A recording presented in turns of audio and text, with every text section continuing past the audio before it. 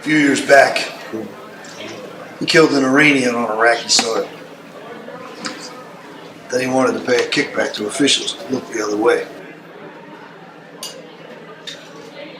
Some Iraqis thought he was a hero.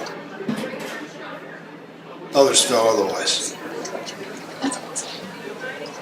A couple years after that, he killed another Iranian. That time he went to jail for murder. And I helped put him there. For murder? Then what is he doing out again? Iraqi government let him go. It seems that killing Iranians isn't much of a crime these days in the eyes of the Iraqi people. Then it doesn't really seem like there's much we can do about it, is there?